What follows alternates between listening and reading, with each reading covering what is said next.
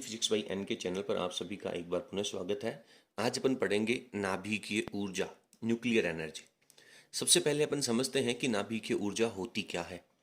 देखिए, अपन ने एक बात कही थी कि नाभिक के अंदर जो न्यूक्लियन होते हैं उनके द्रव्यमानों का योग कर लें और नाभिक का वास्तविक द्रव्यमान निकाल लें, तो अपन हमेशा देखेंगे कि नाभिक का वास्तविक द्रव्यमान उन न्यूक्लियनों के द्रव्यमानों के योग से कुछ कम होता है। ठीक है। और वो जो द्रव्यमान में कमी है वो बंधन ऊर्जा के रूप में जा रही है, या फिर कहें तो उन न्यूक्लियनों को बांध करके रखने वाली ऊर्जा के रूप में उपयोग हो रही है। अपन ने कल जब प्रति न्यूक्लियन बंधन ऊर्जा का ग्राफ पढ़ा था, तब अपन ने देखा था कि यदि 170 से ज्यादा द्रव्यमान संख्या वाले जो भी नाभिक हैं वो सारे अस्थायी होते हैं और वो स्थायित्व प्राप्त करना चाहते हैं। तो स्थायित्व प्राप्त कैसे करेंगे कि एक नाभिक है वो दो हल्के नाभिकों में या मध्यवर्ती नाभिकों में टूट जाता है। टूटेगा तो उनकी जो द्रव्यमान संख्या है वो 30 से 170 के बीच में हो जाएगी, और ये सिचुएशन जो है वो स्थायी नाभिक बनाते हैं। तो नाभिक की ऊर्जा का मतलब क्या है कि यदि या तो कोई बड़ा नाभिक दो छोटे नाभिकों में टूटे, और या फिर दो छोटे नाभिक जुड़ करके एक बड़ा नाभिक बना लें, तो नाभिकों का टूटना विखंडन कहलाता है और नाभिकों का जुड़ना संलयन कहलाता है। लेकिन जब नाभिकों का विखंडन होगा तो जो नाभिक प्रक्रिया में, प्रोसेस में, इस अभिक्रिया में भाग ले रहे हैं उनका कुल द्रव्यमान, और अभिक्रिया के बाद में, टूटने के बाद में जो टुकड़े बने हैं, जो नाभिक बने हैं, उनका कुल द्रव्यमान, तो जो अभिक्रिया में भाग ले रहे हैं उन्हें कहते हैं पित्र नाभिक। ठीक है, क्या कहते हैं उन्हें? पित्र नाभिक कहते हैं, क्योंकि ये अभिक्रिया के अंदर भाग ले रहे हैं, पित्र नाभिक। और जो अभिक्रिया में या विखंडन के बाद में बन रहे हैं उन्हें कहते हैं पुत्री नाभिक। ठीक है, तो पित्र नाभिकों का जो कुल द्रव्यमान है वो हमेशा पुत्री नाभिकों के द्रव्यमानों के योग से ज्यादा होगा। और द्रव्यमान में ये जो कमी है वो कमी जब पुत्री नाभिक बनेंगे तो उनके साथ में अपार मात्रा में, बहुत अधिक मात्रा में ऊर्जा का उत्सर्जन होता है। तो ये जो ऊर्जा उत्सर्जित हो रही है इसे नाभिकीय ऊर्जा कहते हैं। और ये ऊर्जा आती कहां से है कि जितने भी पित्र नाभिक हैं अभिक्रिया में भाग लेने वाले, उनके द्रव्यमानों का योग, और पुत्री नाभिक हैं उनके द्रव्यमानों के योग का जो अंतर है वो नाभिकीय ऊर्जा के रूप में, इस एनर्जी के रूप में परिवर्तित हो जाता है। तो इसे अपन नाभिकीय ऊर्जा कहते हैं। अब आपको पता चल गया होगा कि सर नाभिकीय ऊर्जा तो विखंडन के समय भी उत्सर्जित होगी और संलयन के समय भी उत्सर्जित होगी। चलिए, सबसे पहले अपन इसकी डेफिनेशन लिख लेते हैं, उसके बाद में आगे चलते हैं। तो यहां पर नाभिकीय ऊर्जा की परिभाषा में मैंने लिखा है कि नाभिकीय अभिक्रिया, कौन कौन सी अभिक्रियाएं? या तो विखंडन या फिर संलयन, इन दोनों में प्रारंभिक स्थिर द्रव्यमान, प्रारंभिक स्थिर द्रव्यमान किसका? जो अभिक्रिया में भाग लेने वाले नाभिक हैं उनका कुल द्रव्यमान, लेकिन कौन सी अवस्था में? स्थिर अवस्था में। या अंतिम स्थिर द्रव्यमान, जो पुत्री नाभिक बने हैं उनका स्थिर अवस्था में द्रव्यमान। गतिशील अवस्था में होंगे तो उनकी कुछ एनर्जी हो जाएगी, इसलिए हमेशा दोनों को, पित्र नाभिक और पुत्री नाभिकों को, स्थिर अवस्था में लिया जाता है। तो अंतिम स्थिर द्रव्यमान का जो अंतर है वो नाभिकीय ऊर्जा के तुल्य होता है। पित्र नाभिकों के द्रव्यमान में जो कमी हो रही है वो एनर्जी के रूप में कन्वर्ट होगी। कैसे कन्वर्ट होगी? ऊर्जा का फॉर्मूला आइंस्टीन का द्रव्यमान ऊर्जा समीकरण अपन जानते हैं, Q is equals to delta m into c square. और डेल्टा एम क्या है? पित्र नाभिकों का द्रव्यमान माइनस पुत्री नाभिकों का द्रव्यमान, ये डेल्टा एम का वर्क करेगा और इनटू में सी स्क्वायर से मल्टीप्लाई कर देंगे तो एनर्जी में बदल जाएगा। तो इस तरीके से किसी भी अभिक्रिया में उत्सर्जित होने वाली जो ऊर्जा है उसकी वैल्यू जो है वो यहां से निकाली जा सकती है। बोर्ड परीक्षा 2021 के लिए इस चैप्टर में से, इस टॉपिक में से प्रश्न आने की पूरी संभावना है, इसलिए उम्मीद करता हूं कि आप सब बच्चे इसे बहुत अच्छे तरीके से पढ़ने वाले हैं। तो ये आपकी नाभिकीय ऊर्जा की डेफिनेशन हो जाती है। बोर्ड परीक्षा में 1 नंबर का प्रश्न यदि आता है तो आपको डेफिनेटली यहां तक इसके बारे में लिखना चाहिए। ठीक है, चलिए आगे चलते हैं।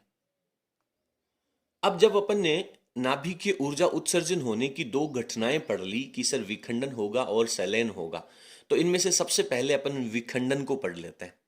तो विखंडन में क्या होगा? मान लीजिए कि आपके पास कोई एक नाभिक है, इस नाभिक के साथ में कोई दूसरा पार्टिकल कोई अभिक्रिया करता है, कोई भी कण, जैसे आप लोग जानते हैं विखंडन में यूरेनियम 235 के नाभिक के ऊपर एक न्यूट्रॉन का अटैक किया जाता है। तो इस पार्टिकल के ऊपर जब कोई दूसरा पार्टिकल मिलेगा तो इन दोनों का जो द्रव्यमान होगा वो अपन कैलकुलेट कर लेंगे। और अब क्या होगा, ये जो नाभिक है वो दो हल्के नाभिकों के अंदर टूट जाएगा। तो इन दोनों का जो द्रव्यमान होगा वो अपन अलग अलग कैलकुलेट कर लेंगे, और इन दोनों का जो योग है इन्हें पुत्री नाभिक कहेंगे, और ये अभिक्रिया में भाग लेने वाले इन्हें पित्र नाभिक कहेंगे। इनके द्रव्यमानों के योग से इन पुत्री नाभिकों का द्रव्यमान कम होगा और वो अंतर निकाल करके अपन एनर्जी निकाल लेंगे। तो सबसे पहले अपन पढ़ते हैं कि नाभिकीय विखंडन किसे कहते हैं। बहुत इजी सी डेफिनेशन है इसकी, अपने को पढ़ना चाहिए यहाँ पे। किसी भारी नाभिक, कोई भी एक भारी नाभिक है, कितना भारी, 170 द्रव्यमान संख्या से ज्यादा द्रव्यमान संख्या वाला, किसी भारी नाभिक के दो या दो से अधिक हल्के नाभिकों में टूटने की प्रक्रिया को नाभिकीय विखंडन कहते हैं। दो नाभिकों में भी टूट सकता है और दो से ज्यादा टुकड़े भी हो सकते हैं, 3 नाभिक भी बना सकते हैं। तो किसी भारी नाभिक का दो या दो से हल्के नाभिकों में टूटना नाभिकीय विखंडन कहलाता है। सिंपल विखंडन की परिभाषा है, कक्षा 10 में भी आप लोगों ने इसके बारे में पढ़ा है, तो ज्यादा यहाँ पे फोकस डालने की जरूरत नहीं है, ये इतना कोई विशेष नहीं है। अगर बोर्ड का बहुत इजी पेपर आता है दैट टाइम आप लोगों को नाभिकीय विखंडन की परिभाषा है वो पूछी जा सकती है।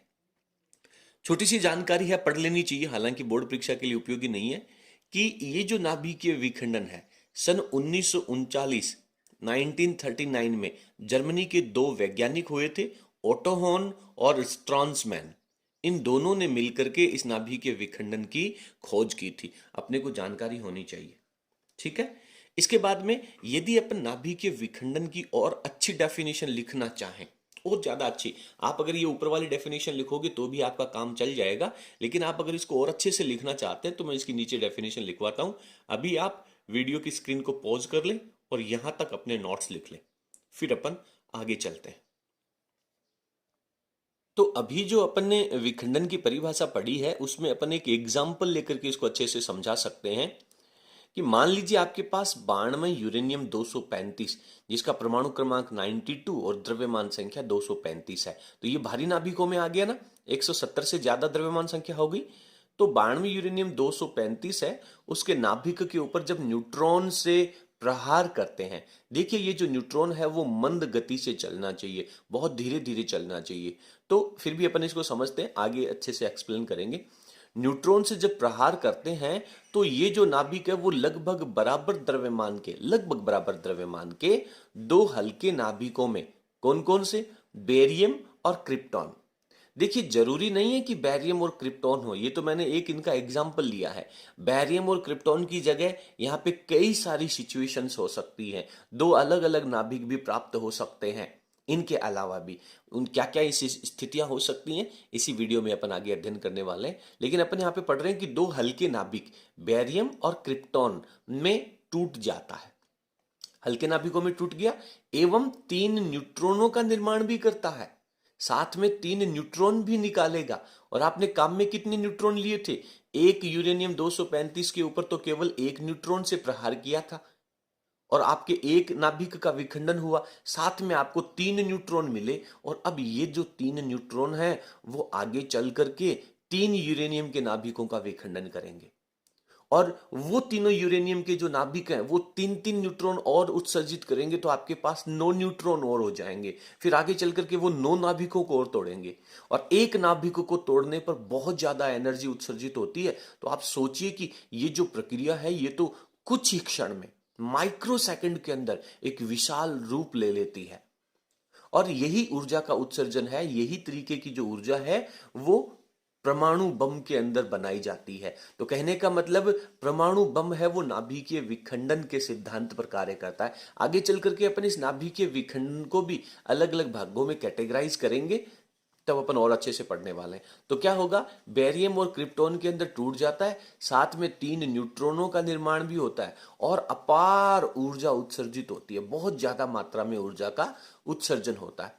तो ये जो प्रक्रिया है इसे अपन नाभिकीय विखंडन कहते हैं। लेकिन ऊपर वाली डेफिनेशन है वो लिखोगे तो भी आपका काम हो जाएगा।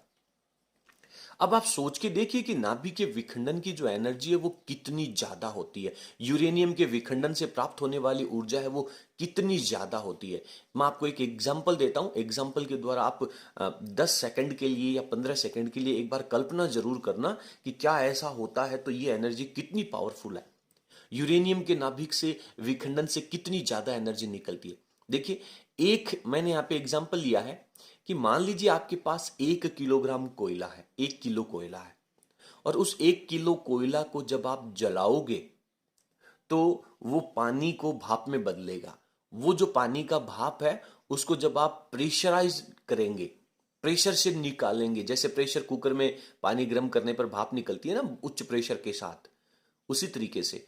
और वो प्रेशर जाकर के टरबाइन को लगे, जिससे टरबाइन रोटेट हो और फिर जनरेटर के द्वारा एनर्जी बने, इलेक्ट्रिक करंट बने। तो 1 किलोग्राम कोयला है, उससे 100 वाट का जो बल्ब है वो 8 घंटे तक जलाया जा सकता है। इतनी एनर्जी बनती है, इतनी इलेक्ट्रिक करंट बनता है, किससे? 1 किलोग्राम कोयले को जलाने से। और मान लीजिए कि 1 किलोग्राम कोयले की जगह 1 किलोग्राम में यूरेनियम 235 ले लूं। समझ रहे हो? 1 किलोग्राम कोयला है, दोनों का द्रव्यमान बराबर ले रहे हैं, 1 किलोग्राम यूरेनियम 235 ले रहे हैं।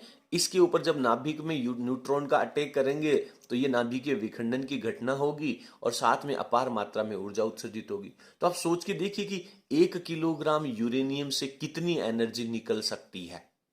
देखिए, 1 किलोग्राम यूरेनियम से 100 वाट का जो बल्ब है, जो ऊपर आपने काम में लिया था सेम बल्ब, वो 3 × 10⁴ यानी 30,000 वर्ष, एक वर्ष नहीं, एक दिन नहीं, 30,000 वर्ष, 24 घंटे।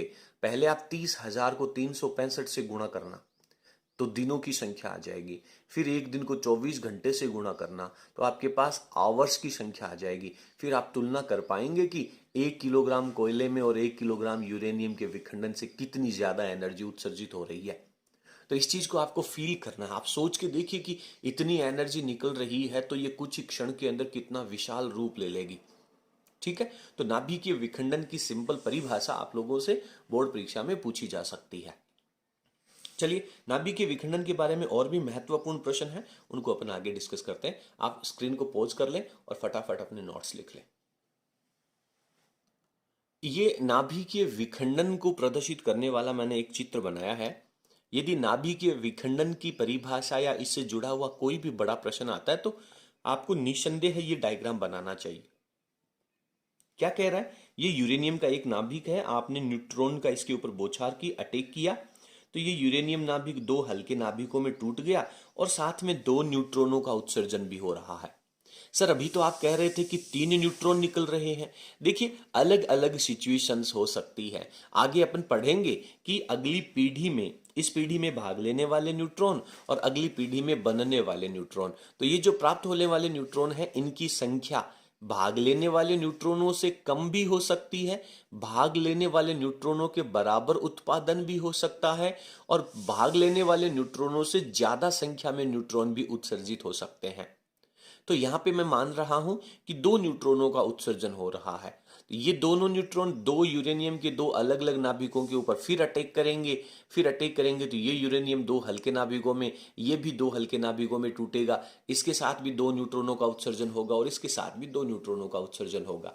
फिर अगेन ये चारों न्यूट्रॉन जो है वो 4 यूरेनियम के नाभिकों के ऊपर अटैक करेंगे और ये प्रोसेस है वो कुछ ही क्षण के अंदर बहुत भयंकर रूप ले लेता है और उच्च मात्रा के अंदर, बहुत ज्यादा उच्च मात्रा के अंदर यहां से एनर्जी का उत्सर्जन होता है। तो नाभिकीय विखंडन के साथ में आपको ये जो डायग्राम है वो आवश्यक रूप से बनाना चाहिए।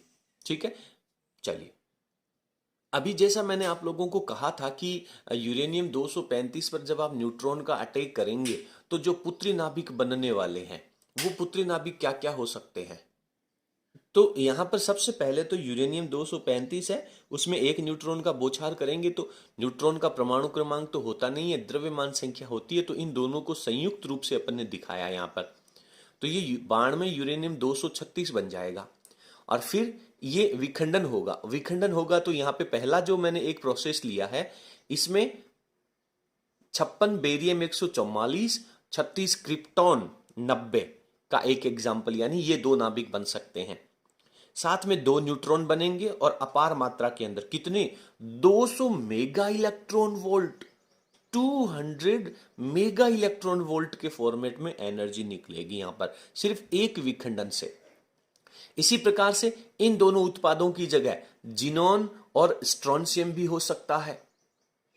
जिनोन और स्ट्रोंशियम होगा तो यहां पे दो न्यूट्रॉन होंगे। देखिए इनमें अभिक्रिया में भाग लेने वाले जो नाभिक हैं उनके परमाणु क्रमांक का योग और पुत्री नाभिक हैं उनके परमाणु क्रमांक का योग बराबर रहना चाहिए, एक भी परमाणु क्रमांक में अंतर नहीं आना चाहिए। इसी प्रकार से द्रव्यमान संख्याओं का जो योग है और इधर अभिक्रिया के बाद में द्रव्यमान संख्याओं का जो योग है ये भी बराबर होना चाहिए। यहाँ पे दो न्यूट्रॉन है तो यहाँ पे 0n1 0n1 दो बार लिखेंगे, ठीक है ना। तो परमाणु क्रमांक तो दोनों का 0 0 रहेगा, बट द्रव्यमान दोनों न्यूट्रॉनों की वजह से 1 और 1 दो बार ऐड होगी।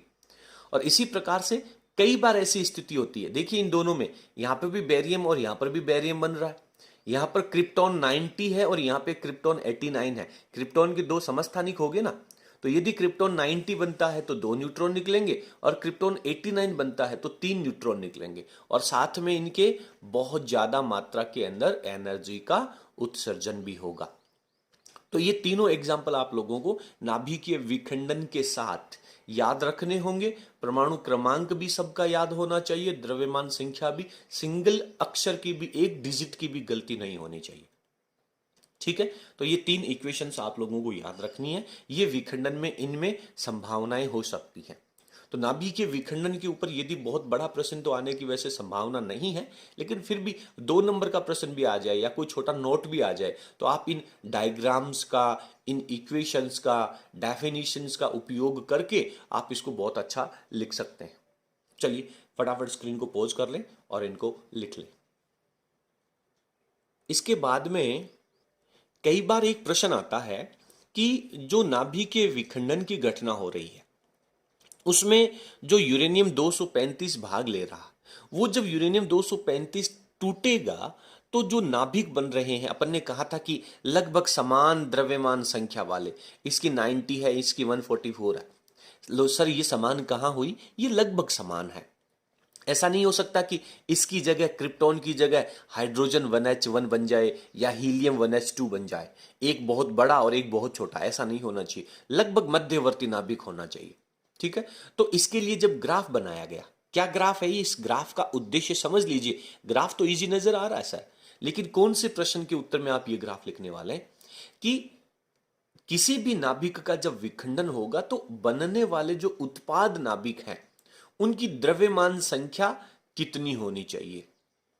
उत्पाद होने वाले जो नाभिक हैं उनकी द्रव्यमान संख्या कितने प्रतिशत तक हो सकती है। यानी एक तरफ उत्पाद नाभिकों की द्रव्यमान संख्या लिखी है और एक तरफ उनकी प्रतिशतता लिखी है, संभावना लिखी है। तो जब अपने इन दोनों के बीच में हजारों घटनाएं, अभिक्रियाएं देखी और बार बार जब उनके बीच में ग्राफ प्लॉट किया तो एक ग्राफ जो रिजल्ट के रूप में आया वो ये आया कि कम द्रव्यमान संख्या वाले नाभिक बहुत कम बनते हैं और लगभग 90 की द्रव्यमान संख्या उसके नजदीक वाले जो नाभिक होंगे वो ज्यादा बनेंगे। और फिर उससे आगे चलेंगे तो बीच वाले जो हैं वो तो बिल्कुल भी कम हो जाएंगे और फिर पुनः 144 या 140 की द्रव्यमान संख्या वाले नाभिक हैं वो ज्यादा विघटित होने की संभावना रहती है। यानी यूरेनियम 235 जब टूटेगा तो लगभग 90 और 144 ये दो संख्याएं हैं, इनके नजदीक की द्रव्यमान संख्या के नाभिकों के उत्पादित होने की प्रतिशतता ज्यादा है, ठीक है। तो उत्पादित नाभिक की द्रव्यमान संख्या और उसकी उत्पाद प्रतिशतता के बीच में वक्र खींचना 1 नंबर का प्रश्न आने की यहां से पूरी संभावना रहती है। फटाफट आप इस डायग्राम को ड्रॉ कर लीजिए। देखिए इसके बाद में ये जो अगला टॉपिक अपन पढ़ने वाले हैं, मैं आपको बता दूं कि 99% यहां से 1 नंबर का क्वेश्चन आएगा, ठीक है। प्रश्न क्या कह रहा है? न्यूट्रॉन गुणन गुणांक। मैं आपको एक एक चीज अच्छे से समझाऊंगा, बस आप थोड़ा सा पेशेंस बना के रखें। न्यूट्रॉन गुणन गुणांक, इस नाम से थोड़ा सा परिचित हो जाएं, या फिर इसे न्यूट्रॉन पुनरुत्पादन गुणांक भी कहा जाता है। न्यूट्रॉन गुणन गुणांक कह दें या फिर न्यूट्रॉन पुनर्उत्पादन पुनः उत्पादन गुणांक भी कहा जाता है। अभी अपन ने पढ़ा था कि जब नाभिकीय विखंडन होता है तो एक यूरेनियम 235 के ऊपर एक न्यूट्रॉन का अटैक किया तो उत्पन्न होने वाले जो नाभिक हैं उनके साथ में कितनी संख्या में न्यूट्रॉन बन रहे हैं।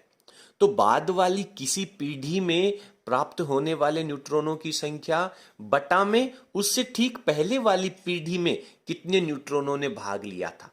यानी आप ये देखना चाह रहे हैं कि जितने न्यूट्रॉनों ने अभिक्रिया में भाग लिया क्या उससे ज्यादा न्यूट्रॉन बन रहे हैं या बराबर न्यूट्रॉन बन रहे हैं या कम न्यूट्रॉन बन रहे हैं, कितने गुना बन रहे हैं। तो ये जो न्यूट्रॉनों का गुणनफल है इसे अपन न्यूट्रॉन पुनरुत्पादन गुणांक कहते हैं। ये बात आपको समझनी है, फील करनी है।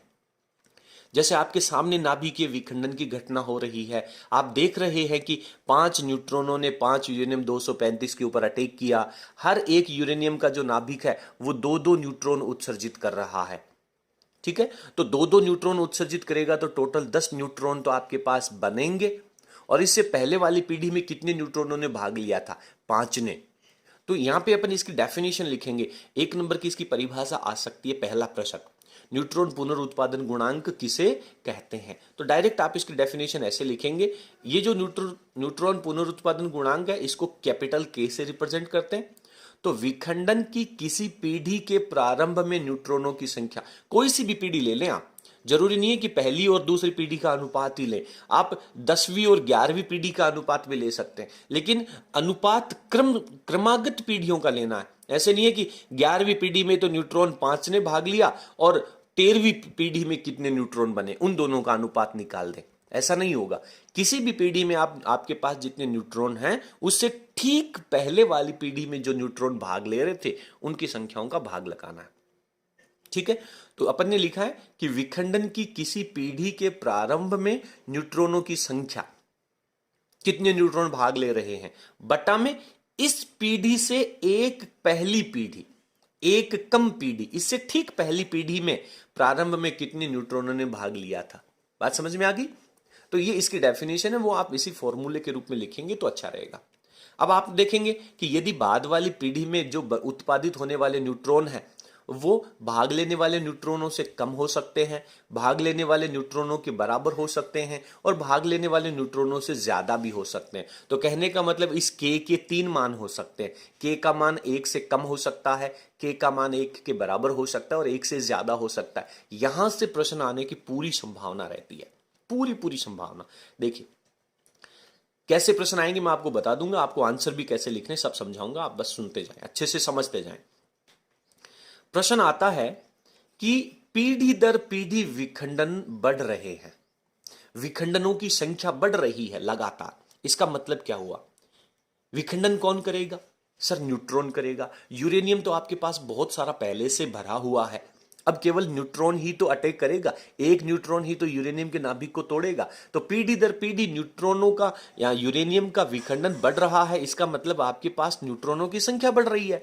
और न्यूट्रॉनों की संख्या पीढ़ी दर पीढ़ी बढ़ने का मतलब जो न्यूट्रॉन पुनरुत्पादन गुणांक है उसकी वैल्यू 1 से ज्यादा होगी। तो प्रश्न पूछा जा सकता है कि पीढ़ी दर पीढ़ी विखंडनों की संख्या बढ़ रही है, इसके लिए न्यूट्रॉन पुनरुत्पादन गुणांक का मान क्या हो सकता है? ऑब्जेक्टिव प्रश्न कह सकता है k का मान 1 से बड़ा, 1 से छोटा, 1 के बराबर या अनिश्चित। समझ में आ रहा है? अच्छा, ये अभिक्रिया जो है इसमें न्यूट्रॉनों की संख्या इतनी तेज बढ़ती है कि विखंडनों की संख्या भी बहुत तीव्र गति से बढ़ेगी।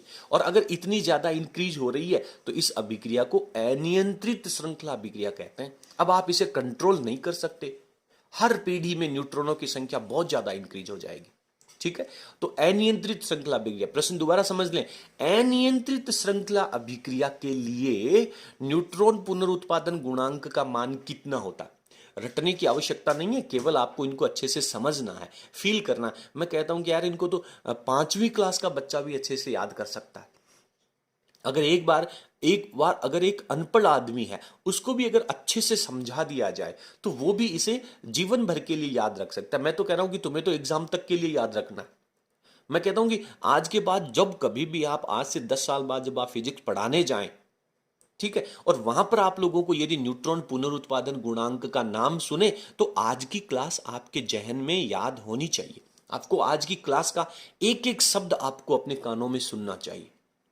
तो दोबारा पढ़ने की जरूरत ही नहीं है यार, आपके कानों में तो बिना ईयरफोन के ही आवाज सुन रही है, ठीक है ना। तो ये स्थितियां होगी, दो सिचुएशन होगी ना। अनियंत्रित श्रृंखला अभिक्रिया के लिए पुनरुत्पादन गुणांक कितना होगा, पीढ़ी दर पीढ़ी विखंडनों की संख्या बढ़ने के लिए के कितना होगा। और यदि ऐसा भी आ सकता है कि यदि न्यूट्रॉन पुनरुत्पादन गुणांक का मान 1 से ज्यादा है तो इसे कौन सी अभिक्रिया कहेंगे, अनियंत्रित श्रृंखला अभिक्रिया कहेंगे। कैसे भी घुमा के प्रश्न आ सकता है, 2 लाइनों के अलावा तीसरी लाइन उसमें नहीं होगी। आगे चलते हैं, दूसरे पॉइंट पे चलते हैं। तो दूसरा पॉइंट मैंने यहां पे लिखा है कि के का मान 1 से कम हो जाए। अरे के का मान 1 से कम हो जाए मतलब क्या होगा, पहली पीढ़ी में 5 न्यूट्रॉन ने भाग लिया, जल में कितने कितने न्यूट्रॉनों का जन्म हुआ, 4 का। 4 ने भाग लिया, अगली पीढ़ी में 3 बने, 3 के बाद में 2 बने। न्यूट्रॉनों की उत्पादन की संख्या धीरे धीरे कम हो रही है। यही तो मतलब हुआ ना के का मान 1 से कम होना।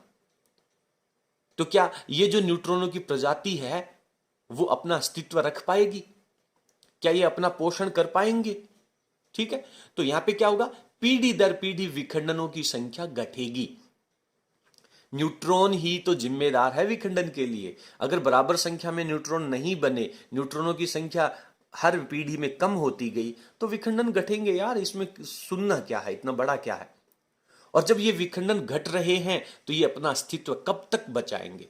कहते हैं ना कि बकरी की मां कब तक खैर मनाएगी। तो ये विखंडन कब तक अस्तित्व बचाएंगे, एक ना एक दिन तो इनको जाना ही है। तो इसे कहते हैं स्वपोषी श्रृंखला अभिक्रिया संभव नहीं। ये अपना पोषण नहीं कर सकते, कुछ समय बाद में ये इनका अस्तित्व नष्ट होना ही है। तो अपन लिखेंगे कि स्वपोषी श्रृंखला अभिक्रिया संभव नहीं है। कितना पुनरुत्पादन गुणांक होना चाहिए, 1 से कम होना चाहिए। और ये बात आप पढ़ चुके हैं, बात समझ में आ रही है। चलिए तीसरी घटना क्या हो सकती है, बोलो तीसरी सिचुएशन क्या हो सकती है। सर तीसरी सिचुएशन में ये जो के है इसकी वैल्यू 1 के बराबर हो जानी चाहिए।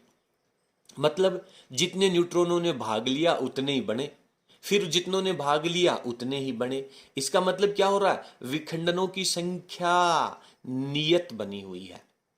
क्या कहेंगे, अपना पोषण कर रहे हैं, ना तो कमी हो रही है ना बढ़ रहे हैं, बस अपना जीवन चल रहा है, ठीक है। तो क्या हो रहा है, स्वपोषी श्रृंखला अभिक्रिया संभव। स्वपोषी श्रृंखला अभिक्रिया कहते हैं इसे। प्रश्न आ सकता है कि स्वपोषी श्रृंखला अभिक्रिया के लिए न्यूट्रॉन पुनरुत्पादन गुणांक का मान कितना होना चाहिए, के का मान 1 के बराबर होना चाहिए। स्वपोषी श्रृंखला अभिक्रिया संभव नहीं है, न्यूट्रॉन पुनरुत्पादन गुणांक क्या होना चाहिए, सर के का मान 1 से कम होना चाहिए। क्या मुझे समझ में नहीं आ रहा यार, फिजिक्स में क्या है ऐसा जो आप लोगों को याद नहीं होता। बहुत बार बच्चे कमेंट करते हैं कि सर मेरे को फिजिक्स याद नहीं होती है, मैं क्या करूं, कितने घंटे पढूं। मैं कहता हूं कुछ करना ही नहीं है, सिर्फ पढ़ना है।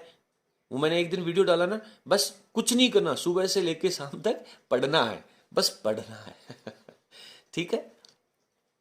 तो आगे क्या कहेंगे इसे, इसे कहेंगे नियंत्रित श्रृंखला अभिक्रिया। सबसे इंपॉर्टेंट प्रश्न है, सबसे इंपॉर्टेंट। नियंत्रित यानी आप जब चाहें इसे कंट्रोल कर सकते हैं। इसे तो कंट्रोल क्या करना, ये तो बेचारी खुद ही खत्म हो जाएगी और ये कंट्रोल होगी नहीं। हाँ, ये तो अपने काबू से बाहर निकल चुकी है और इसको आप कंट्रोल कर सकते हैं। कैसे कंट्रोल करेंगे वो सारी कहानी अपन अगले वीडियो के अंदर पढ़ने वाले हैं, लेकिन जितना आपने पढ़ा उसको अच्छे से समझ लें। तो इसमें क्या होगा, इसे नियंत्रित श्रृंखला अभिक्रिया कहते हैं। इन तीनों में से कोई सा भी स्टेटमेंट डाल करके इसके वैल्यू को पूछा जा सकता है।